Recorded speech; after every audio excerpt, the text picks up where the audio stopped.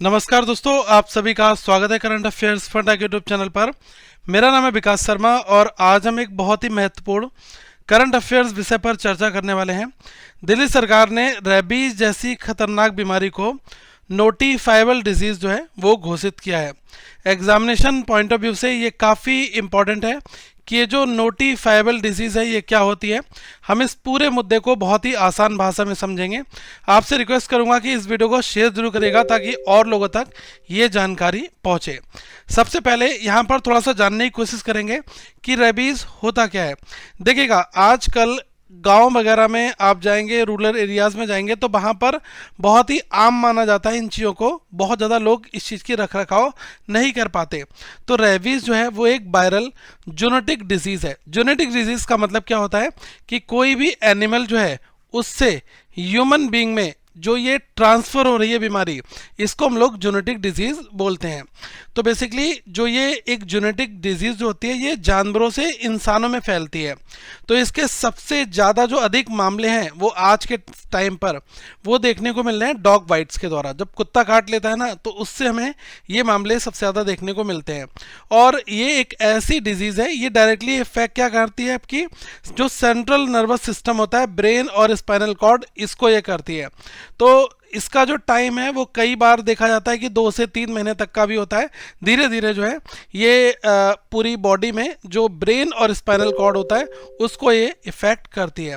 तो एक बार जो सिम्टम्स हैं वो दिखने शुरू हो जाते हैं तो ऑलमोस्ट हम ये कह सकते हैं कि 100% फैटल है। मतलब कि अगर किसी के अंदर रेबीज हो गया तो आप ये मानकर चले कि उसकी मृत्यु होना निश्चित है। तो ये बहुत ही ज़्यादा जानलेवा भी है, लेकिन इसका 100% इलाज भी पॉसिबल है। तो उसके ऊपर हम थोड़ी सी यहाँ पर बात करेंगे।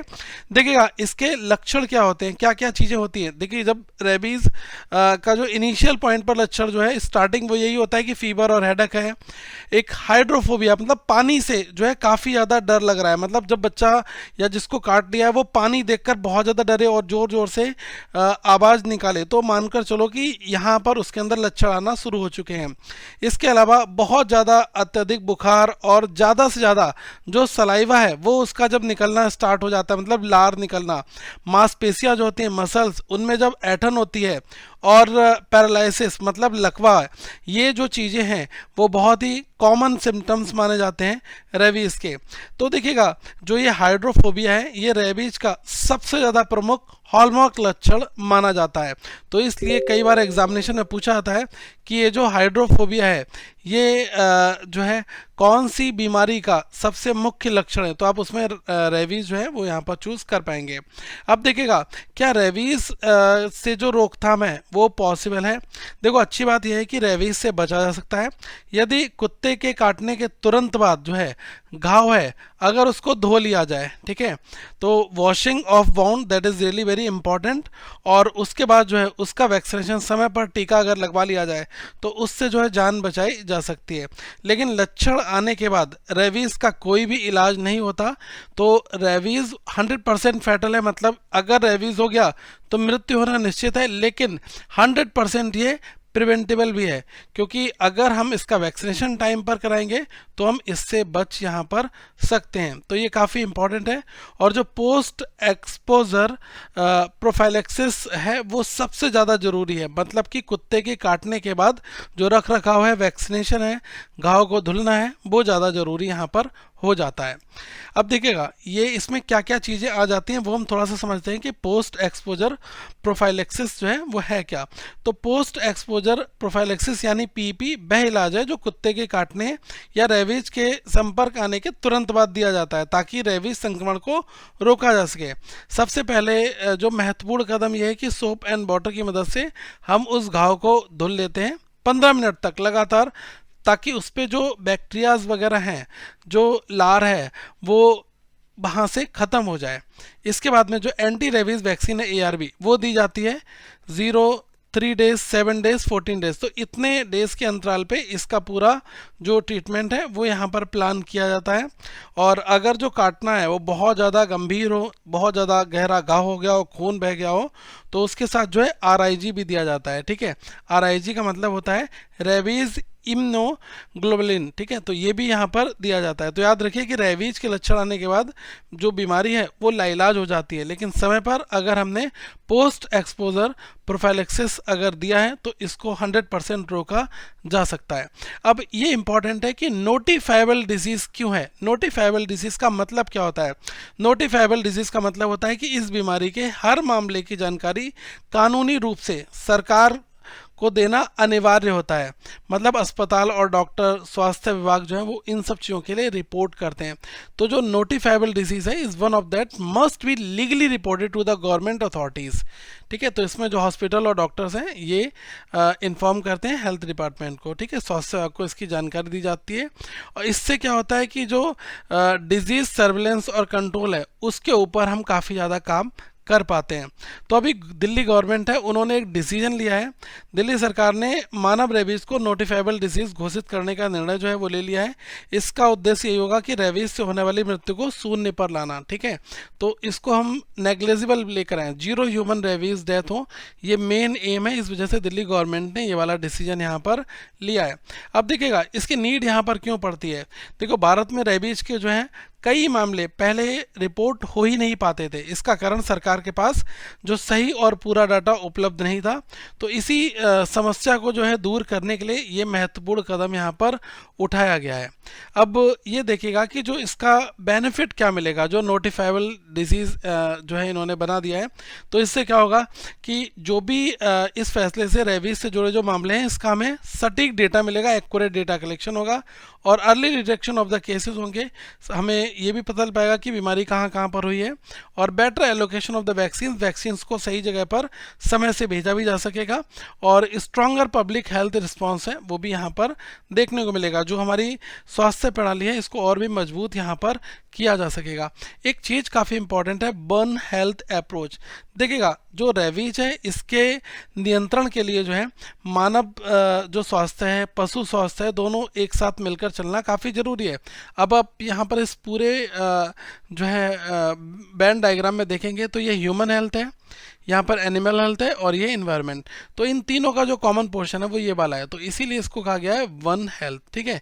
तो वन हेल्थ का मतलब सीधा सीधा यही है कि हम तीनों चीज़ों को ध्यान में रखेंगे, ह्यूमन हेल्थ, एनिमल हेल्थ और इन्वायरमेंटल हेल्थ। तो इसीलिए हमने इसको वन हेल्थ अप्रोच का नाम यहाँ पर दिया गया है, ठीक है। WHO जो है वो इसको सपोर्ट करता है और आपको ये समझना चाहिए कि आगे और क्या क्या चैलेंजेस हो सकते हैं। तो देखो आज के टाइम पर अभी जो है कोई भी चुनौती जो बनी हुई है, जैसे आवारा कुत्ते हैं, इनकी संख्या को नियंत्रण किया जाए, लोगों में जागरूकता की काफ़ी कमी है, ठीक है। और इसी के साथ में जो निजी अस्पताल हैं, प्राइवेट अस्पताल हैं, इनके द्वारा समय पर रिपोर्टिंग को सुनिश्चित करना, ये सबसे ज़रूरी चीज़ है यहाँ पर। तो यही चैलेंजेस हैं जिनको आगे ओवरकम करना है। और मैं तो यही कहूँगा कि कुल मिलाकर रेबीज को जो नोटिफाइबल डिसीज़ इन्होंने घोषित किया है ये एक बहुत ज़्यादा पॉजिटिव और प्रोएक्टिव पब्लिक हेल्थ स्टेप है और जो भविष्य में हज़ारों लोग की जान बचाने में काफ़ी अहम भूमिका यहाँ पर देगा। अब देखिएगा यहाँ पर हम देखें थोड़ा सा कि जो ये rabies vaccine and dog sterilisation measures हैं वो कौन कौन से। ह्यूमन रेबीज वैक्सीन जो है हम अवेलेबल हैं, ये है रेबीवैक्स है, ये सीरम इंस्टीट्यूट ऑफ इंडिया ये बनाता है, ये है अवेयरअप ह्यूमन बायोलॉजिकल इंस्टीट्यूट है, ठीक है, बैरोरब है और रेबीपुर है। ये अलग अलग सनोफी GSK जो है ये इन वैक्सीन्स को यहाँ पर बनाते हैं। अब देखिएगा जो ये dog rabies control and sterilisation है, इसमें एंटी रेबीज वैक्सीन जो है ये डॉग्स को दी जाती है, तो ये मेन ज़रूरी है। और एनिमल बर्थ कंट्रोल जो ABC प्रोग्राम है ये भी काफ़ी इंपॉर्टेंट यहाँ पर हो जाता है। और जो सर्जिकल स्टेरिलाइजेशन है डॉग्स का, जो आवारा कुत्ते हैं इनका जो सर्जिकल स्टेरिलाइजेशन हो रहा है वो भी काफ़ी अहम यहाँ पर रहता है। मास वैक्सीनेशन, तो इससे क्या है ज़्यादा से ज़्यादा आप देखते हैं कि HCL जो कंपनी है वो क्या करती है, इस तरीके की वैक्सीनेशन ड्राइव को करती है। जो इनका अपना प्रोग्राम होता है तो ये लोग उसके थ्रू अपनी वैन लेकर जाते हैं और जगह जगह सेक्टर्स में जगह जगह पर जाकर इनको ये करते हैं। तो देखो भारत में मामले बढ़ रहे हैं और इस तरीके से हम यहाँ पर इसको कंट्रोल किया जा सकता है। और गवर्नमेंट का भी काफ़ी बड़ा यहाँ पर है क्योंकि गवर्नमेंट जो है राष्ट्रीय रेबीज नियंत्रण कार्यक्रम जिसको हम लोग बोलते हैं NRCP, इसको भी कर रही है। अब इसमें मेजर चीज़ें क्या क्या हैं, ये गवर्नमेंट की जो सेंट्रल गवर्नमेंट है उसकी ये स्कीम है बेसिकली। तो इसका मेन ऑब्जेक्टिव है कि prevention of the human rabies death, कैसे भी करके रेबीज से होने वाली जो मृत्यु है इसको यहाँ पर रोकना। तो इसके लिए जो वैक्सीन है उसकी अवेलेबिलिटी यहाँ पर होनी चाहिए। जो पोस्ट एक्सपोजर प्रोफाइलेक्सिस है वो भी आफ्टर एनिमल वाइट वो भी प्रोवाइड कराना चाहिए। ट्रेनिंग हेल्थ केयर वर्कर्स की होनी चाहिए ताकि कैसे इस चीज़ों को और बेहतर तरीके से एग्जीक्यूट किया जा सके। Public awareness about the timely treatment, ये भी बहुत ज़रूरी है कि लोगों को हम ये बता सकें कि समय पर आपको जो है ट्रीटमेंट लेना है। और एनआरसीपी का प्राइमरी फोकस है on the human health component of rabies control, पूरी तरीके से मुख्य रूप से मानव स्वास्थ्य पर जो है ये एनआरसीपी है ये केंद्रित है।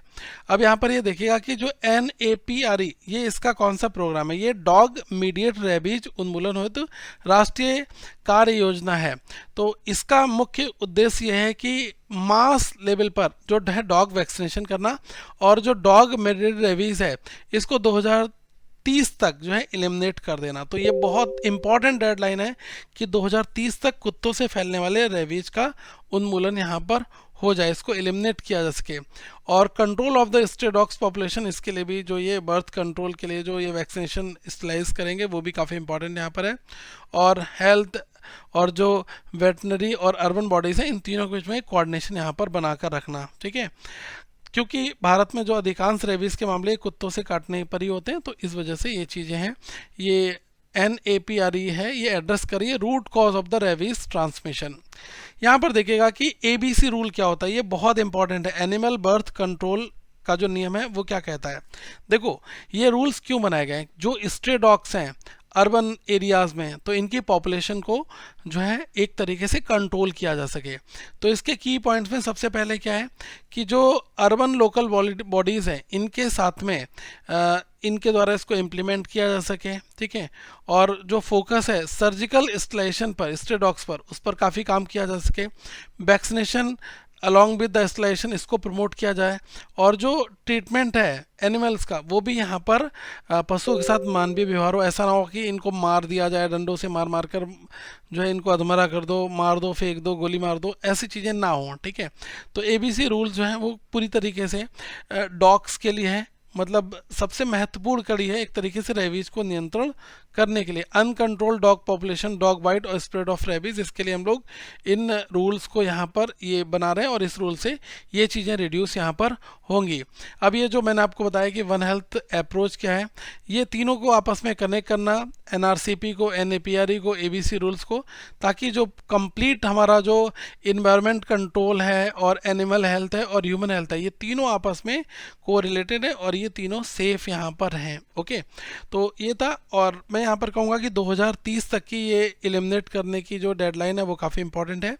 ये क्वेश्चन का आंसर आप लोग दीजिएगा कमेंट सेक्शन में कि कुत्ते के काटने के बाद सबसे पहला और ज़रूरी कदम क्या होना चाहिए। मरहम लगाना, घाव को साबुन और पानी से धोना, पट्टी बांधना या घरेलू उपाय। आप अपना ऑप्शन ABCD दे सकते हैं और आपके लिए हम ऐसे और भी टॉपिक्स लेकर आएंगे। अपना फीडबैक जरूर दीजिएगा। और अगर आप गवर्नमेंट एग्जाम्स की तैयारी कर रहे हैं तो करंट अफेयर्स फंडा के मोबाइल एप्लीकेशन को आप डाउनलोड कर लीजिएगा। वहाँ पर आपको 12 मंथ का current affairs daily, weekly, monthly सारी PDF फाइल्स आपको एक ही प्लेस पर मिलती रहेंगी। आगे हम फिर मिलेंगे। Thank you so much. और करंट अफेयर्स फंडा को आप अभी सब्सक्राइब कर लीजिएगा जिससे आपके पास इस तरीके के वीडियोज़ आते रहें। Thank you so much. Have a good day to all of you once again. मेरा नाम है विकास शर्मा। आगे मैं आपसे फिर मिलूंगा।